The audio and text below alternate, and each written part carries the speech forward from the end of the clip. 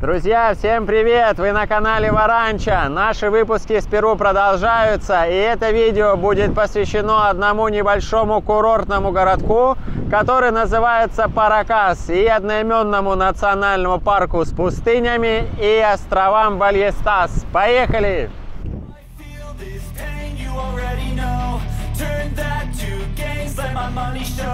I've got these things that I can't let go. Watch me turn this life into something that you can never own.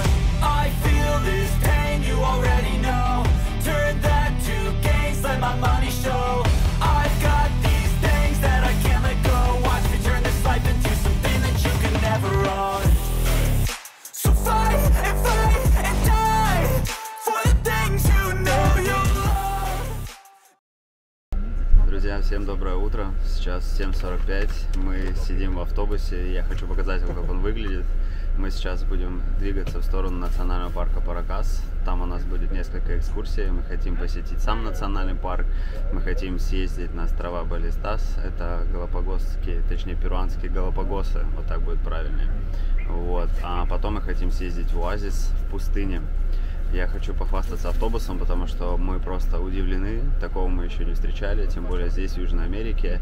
Я просто помню, как мы катались на автобусах в Доминикане, там все было очень грустно, вокзалы были очень грязные, страшные. Здесь шикарный вокзал, крутая посадка, а самое главное — это автобус. Билет на автобус стоит 70 соли, это приблизительно $18. В пути мы будем 3,5 часа и приступим все-таки к автобусу. Здесь шикарные такие кресла. Ты можешь поставить рюкзачок, все здесь откидывается, поднимается. Здесь есть телевизор. В общем, очень удобно. Катя вот просто лежит. Ой, я вообще круче, чем в самолете. Тоже сложила сумку там. Вот. Открою окошко, давай посмотрим. Такое окошко, можно любоваться видом. А самое интересное, что если Катя мне надоест, я могу просто вот так закрыть шторку и больше Катю не видеть. Вот.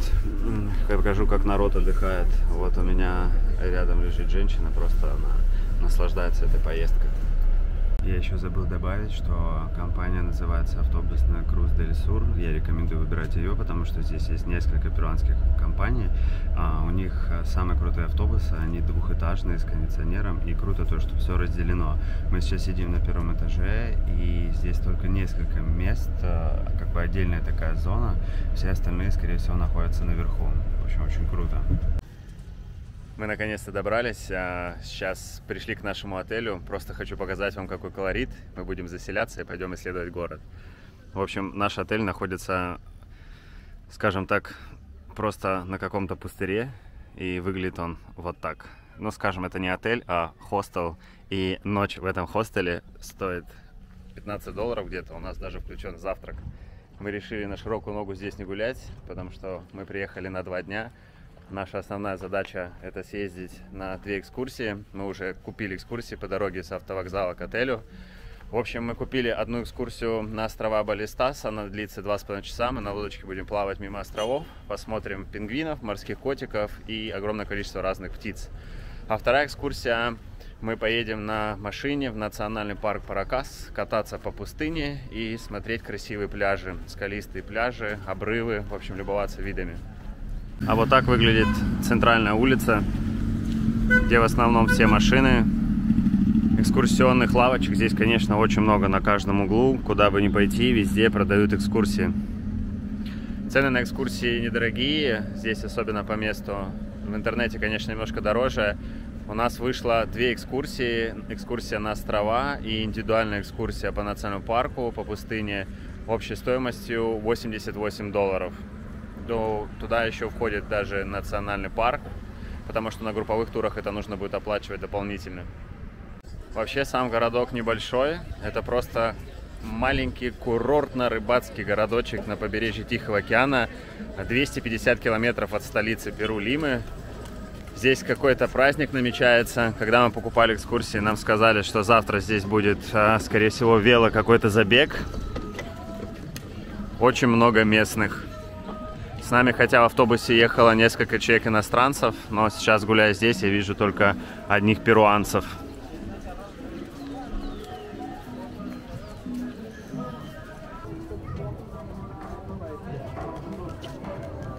В общем, мы сейчас вышли на набережную. Здесь движуха, суета. И мы хотим покушать, но вы не поверите, мы куда ни зайдем, везде цены очень дорогие. В 3-4 раза дороже, чем в Лиме. Такое ощущение, как будто обратно вернулись на Галапагосы. Но я читал в интернете, что когда вы заходите в кафе, и они здесь, кстати, спрашивают, вы говорите на испанском? Но мы не говорим, ничего не понимаем. Те, кто говорят на испанском, цены для них в 2 раза ниже, чем для иностранцев. Смотрите, просто суп с креветками стоит почти $20. Таких цен даже не было на Галапагосах. Да, мы там за 13, за 14 брали. Здесь видно вдалеке огромное количество рыбацких лодочек и много скоростных катеров открытых, как раз на которых отправляются на экскурсии. И вот во всех ресторанах, которые мы проходили, в основном предлагаются морепродукты, но цены, конечно, очень кусаются. Смотрите, какую интересную мусорку мы нашли на пляже в Паракасе. Сюда скидывают пластик. Для особо активных нужно кидать в кольцо баскетбольное. Молодцы, оригинально, я такого еще не видел. Хай.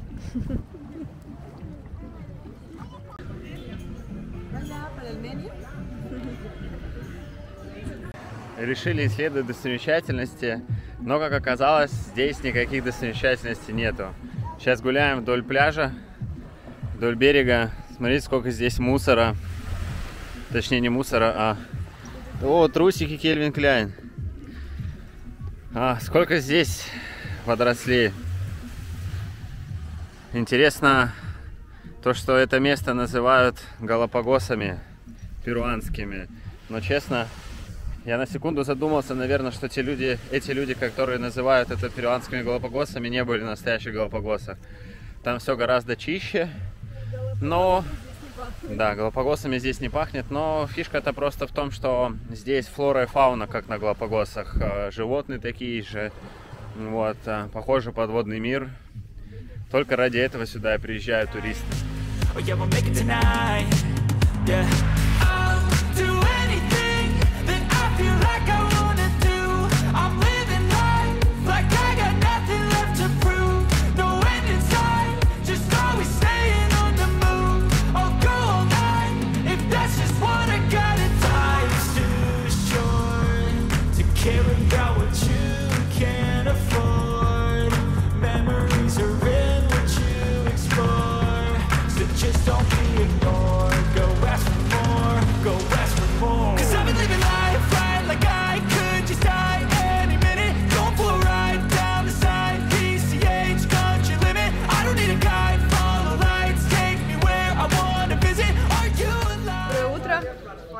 Приехали на пирс, нас поставили в такую шеренгу, как школьников. Ждем. Мы заплатили за вход в национальный парк, я вчера неправильно выразился, у нас не включено в стоимость, а это общая наша стоимость есть уже с этими входными билетами. То есть мы сегодня просто немножко доплатили, а стоимость такая, как я вчера говорил, $88 за 2 экскурсии. В общем, выходит со всеми входами в национальный парк. Сейчас мы пойдем в сторону нашей скоростной лодочки, здесь на пирсе сядем и будем отправляться к островам Бальестас.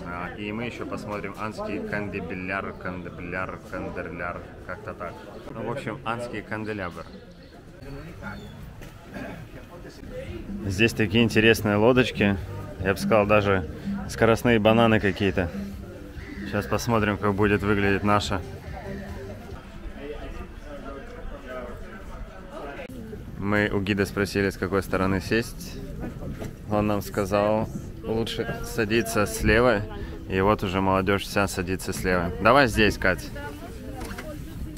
Все, в общем, мы сели, нас заставили одеть спасательные жилетики. Сейчас покажу, как народ сидит с левой, с правой стороны. Там дальше. Конечно, желающих на левую сторону сесть гораздо больше было. Но будем надеяться, что это не уловка, что нам здесь повезет, что с левой стороны будет все лучше видно. А еще мы надели шапки, Вова тоже взял, потому что прочитали, что там птицы какают на голову. Посмотрим. Да, мы читали, что на этих островах огромное количество птиц, в общем, и они все атакуют сверху, в общем, посмотрим, правда или нет, будем разрушать мифы. Aproximadamente, pero la primera parada que haremos será frente a la península.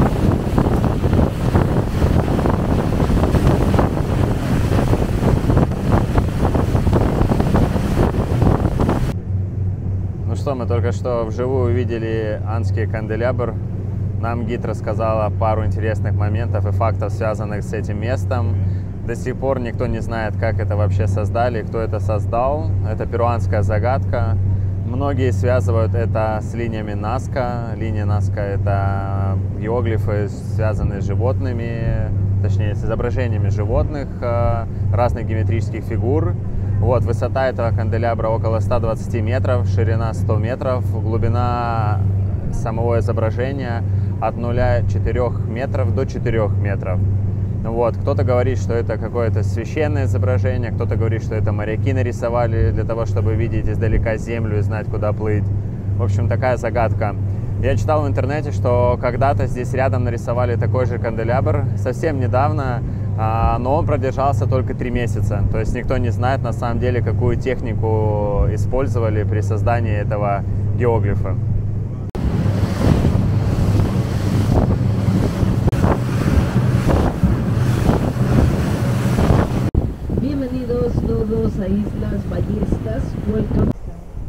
Посмотрите на этой скале. Стоит около 6 пингвинов, да, 6 пингвинов, которые собираются прыгать. Я надеюсь, вам видно, потому что я больше увеличить не могу. Это мы уже подплыли к островам Балестас, и первое, что нам встретилось, это пингвины. А вот они двигаются. Смотрите.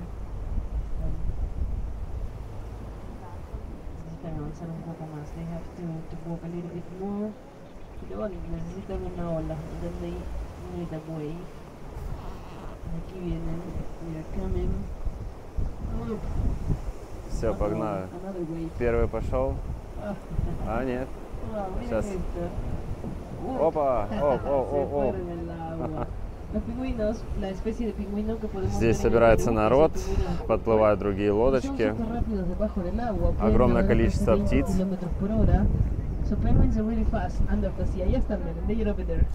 Гид рассказывает нам информацию. А вот там уже пингвины. Они поплыли дальше. Там национальный парк Паракас. На горе сверху тоже видно пингвинов.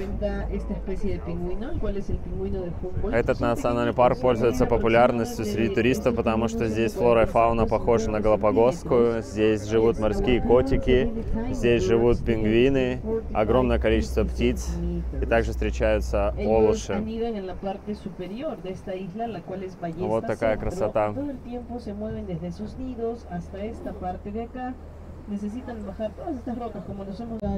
Muy bueno para la agricultura. Здесь просто ужасный запашок. Это оказалось правда. Воняет так, дышать аж тяжело. Здесь видно, что все скалы, все камушки в каких-то пятнах. Это называется здесь гуана.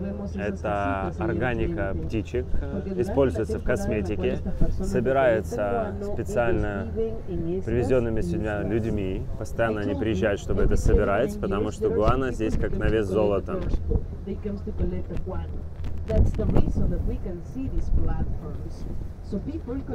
Да, говорят, что на вот таких платформах собирают гуана.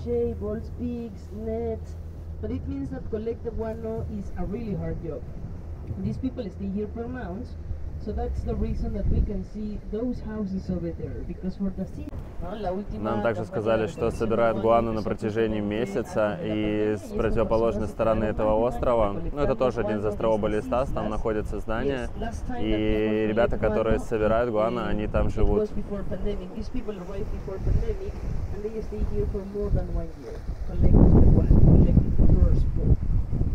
И некоторые даже находятся здесь на протяжении целого года.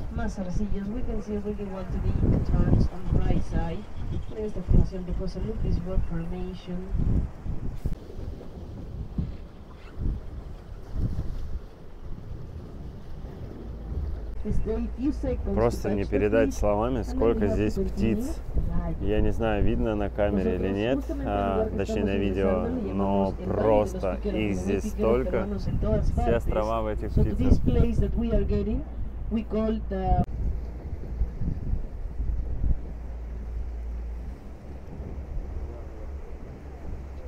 Так, сейчас где-то здесь в воде плавают морские котики. Вот они.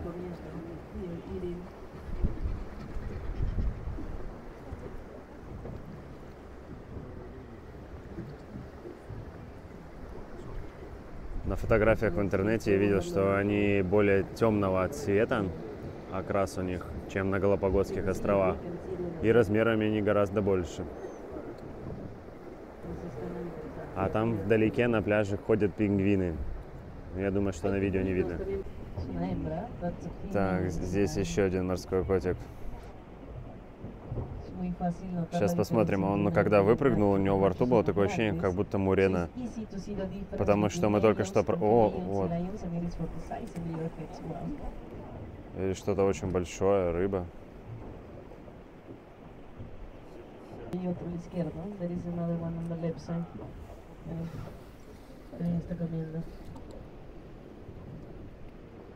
Да, интересно, что это у него.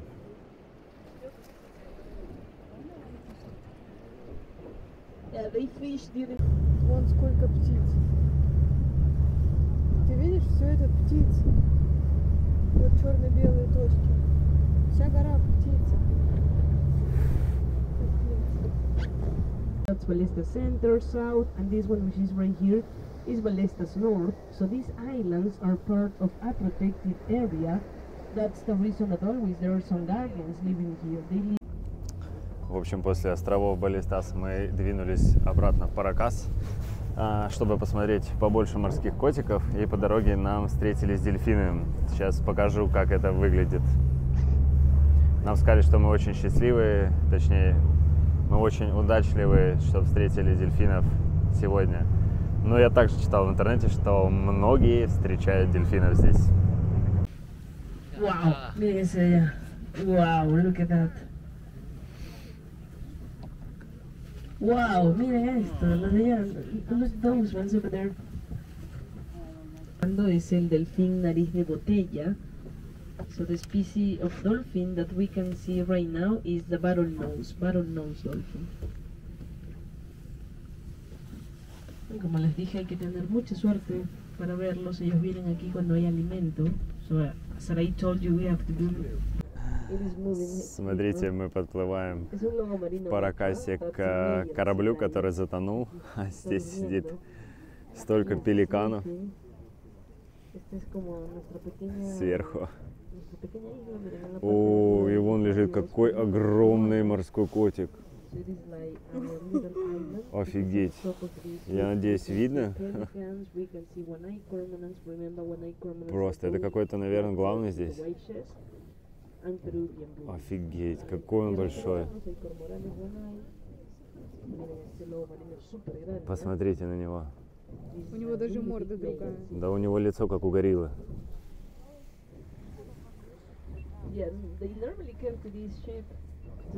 Вот.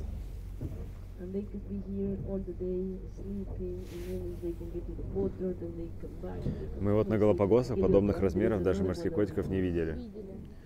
Видели? Только он не такой. Ну, с таким лицом. А вот еще один. Ну, посмотри, какие они крупные. Ну, одного мы видели такого. Вот у него лицо. Мордаха вообще другая. Да, у них другое лицо. Абсолютно другое.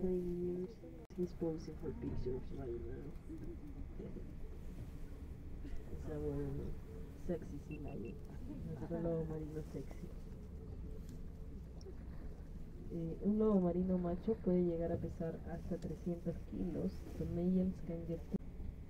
Y digo que están solteros porque cuando es la temporada de reproducción, los lobos marinos forman harenes. En un harén no solo es porque son juveniles.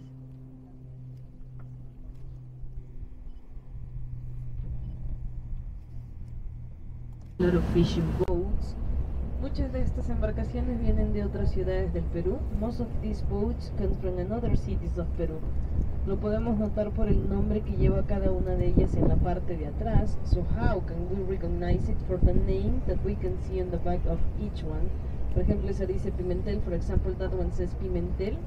Pimentel es una ciudad que está al norte del Перу. So Pimentel is a city which is on the north of Peru. Наш гид говорит, что все эти лодки, они не с Паракаса в основном. У них на корме написано название разных городов. Они со всех уголков Перу. Их здесь очень много.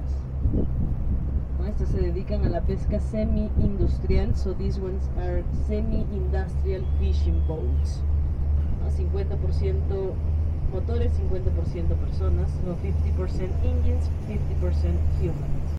В общем, мы вернулись с экскурсии, только вышли с лодки за пределы пирса, и здесь вот такие вот товарищи. С ними можно пофотографироваться за 10 соли, он им кидает рыбу, и туристы фотографируются. Мы сделали пару фотографий, просто...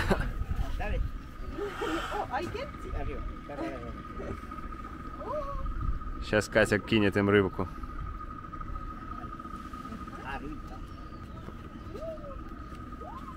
Опа. Интересно, он их вырастил или приручил? Смотри, какие большие. Оп, оп.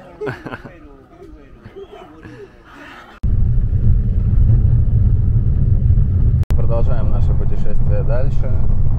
Сейчас нас забрал водитель. После экскурсии на острова у нас было 30 минут свободного времени, мы немножко перекусили. Забрал водитель, сейчас мы въехали в национальный парк Паракас. Машинка у нас красивая, чистенькая. Вот. Больше с нами никого нету.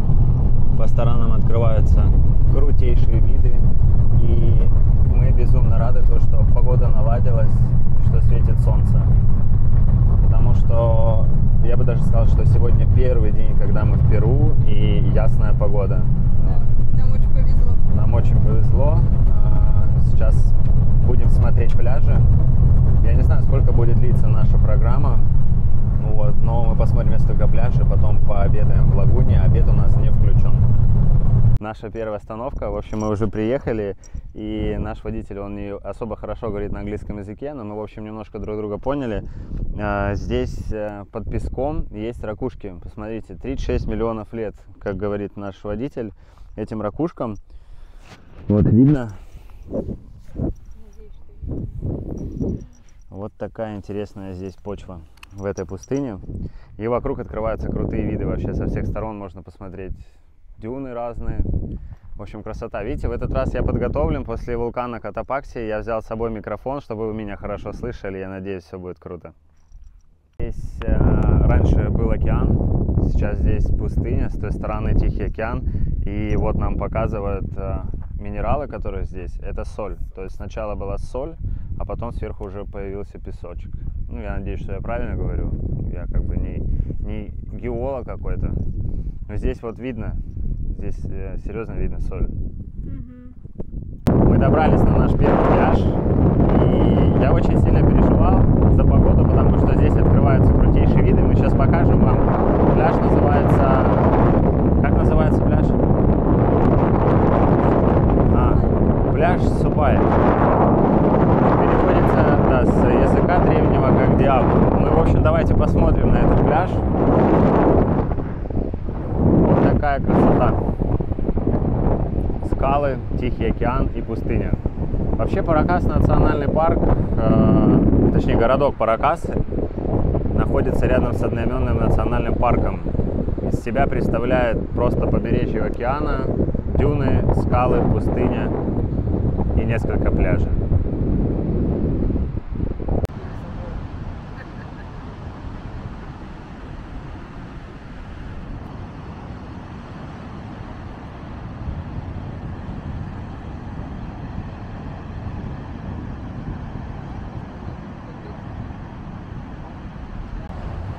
Мы решили спуститься вниз. Бай-бай.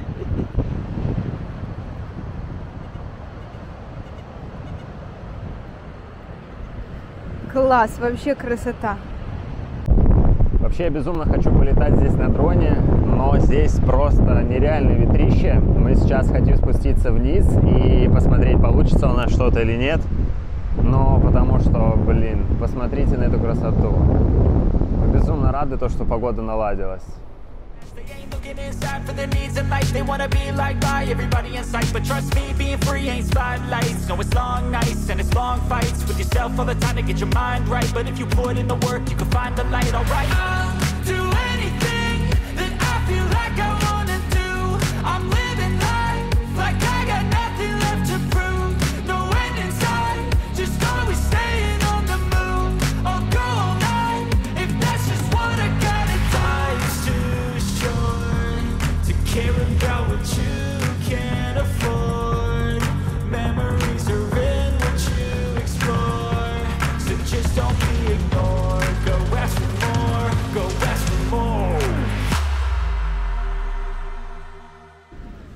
рядом с пляжем есть вот такая красивая обзорная площадка.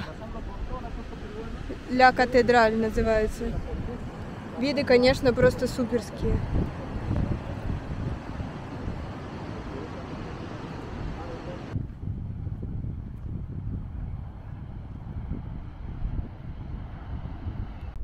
Продолжаем наслаждаться национальным парком Паракас. Открываются крутейшие виды, и я бы хотел поделиться, наверное, советом.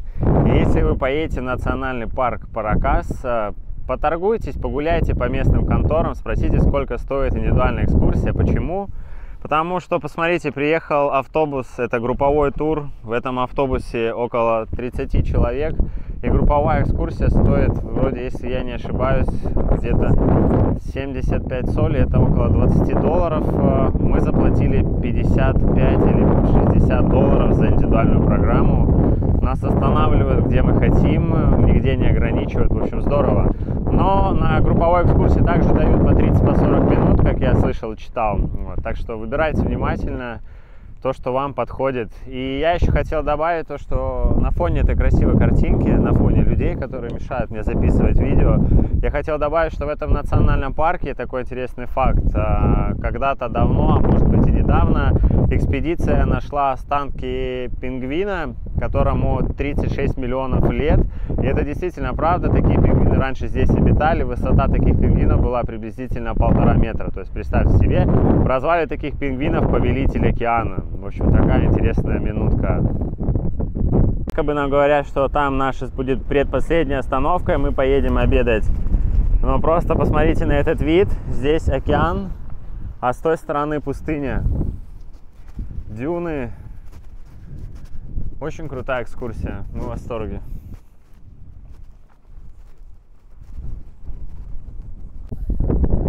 Так выглядит групповой тур. Я ничего против не хочу сказать, но просто чтобы было представление. Мы на первом пляже были одни, там вообще никого не было, нам повезло. А здесь вот народ подъезжает. Все фотографируются на фоне этих красивых скал.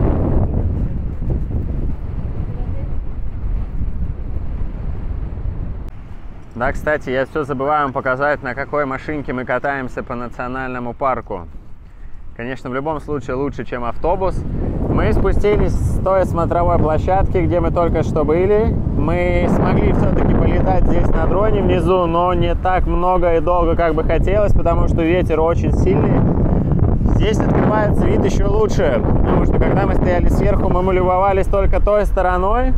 Но здесь самое интересное, вот эта вот скала, она шикарная. Здесь пляж такой. Жалко, что нельзя спуститься вниз, на этот пляж запрещено. Но первый пляж, помните, в этом видео был просто крутейшим. В общем, садимся, поехали дальше.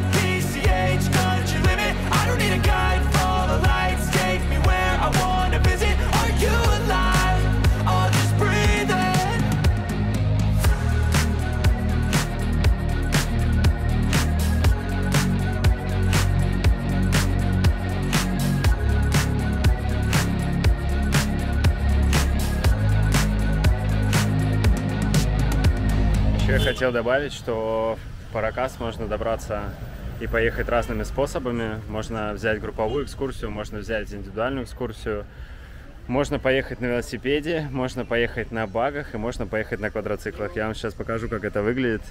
Вот это баги-машинки, можно кататься вдвоем. Здесь есть квадрики, можно кататься на квадриках. И можно арендовать велосипеды, покататься на велосипедах.